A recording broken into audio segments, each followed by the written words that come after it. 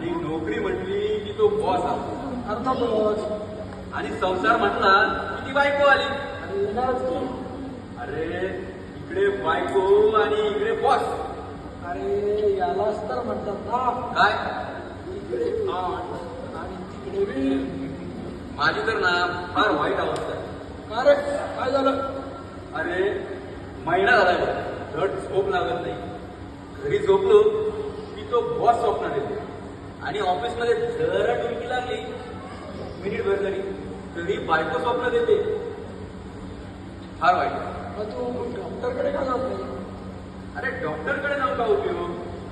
पुन्हा डॉक्टर गोळ्या देणार झोपेच्या, झोप लागणार, पुन्हा स्वप्न पडणार. अरे पण काहीतरी उपाय करावा तर लागेल.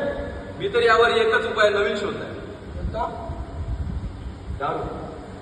काय? हो बाबा, दारू.